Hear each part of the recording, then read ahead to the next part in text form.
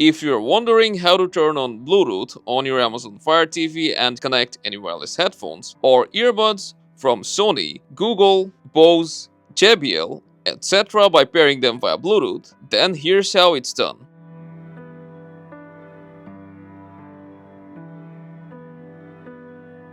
To connect any headphones or earbuds, first we'll need to go to Bluetooth settings.